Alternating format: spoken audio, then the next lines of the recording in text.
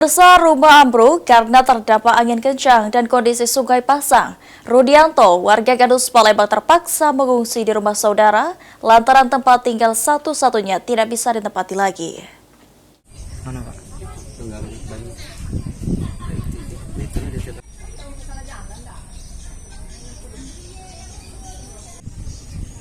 Setelah viral di media sosial dari pantauan PAL TV pada Kamis 28 Agustus 2025, kondisi rumah yang roboh di lorong Masjid Laba RT 9 Kelurahan Gandus Palembang masih belum ada perbaikan.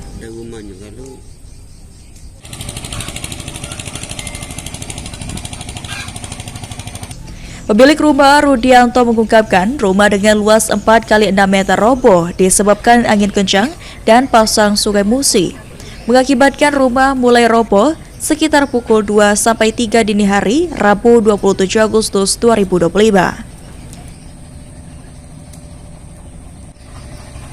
Akibat kejadian tersebut, Rudianto yang merupakan pengangguran saat ini terpaksa tinggal di rumah saudaranya yang tidak jauh dari tempat tinggalnya. Hujan oleh angin, kurasa oleh gelombang. Oh, pasang, Bang. Iya, pasang, agak pasang ya, tapi cagak belah sana kan masih satu kan. Ya,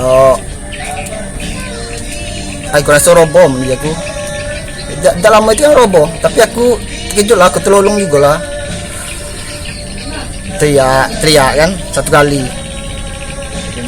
Ya sekitar jam 3. Jam 3 aku ngejut keluar. Lurah Gandus Muammar Al-Hafiz mengatakan, kelurahan sudah bekerja sama dengan pihak camat untuk memberikan bantuan dari OPD terkait, seperti sembako dan terpal. Kemungkinan rumah Rudianto akan dibantu masyarakat untuk dibangun kembali. Sebelum roboh itu sudah kita ajukan untuk bedah rumah, tapi terkendala dengan likuiditas sana. Yang kedua, kami sudah berupaya dengan Pak Camat.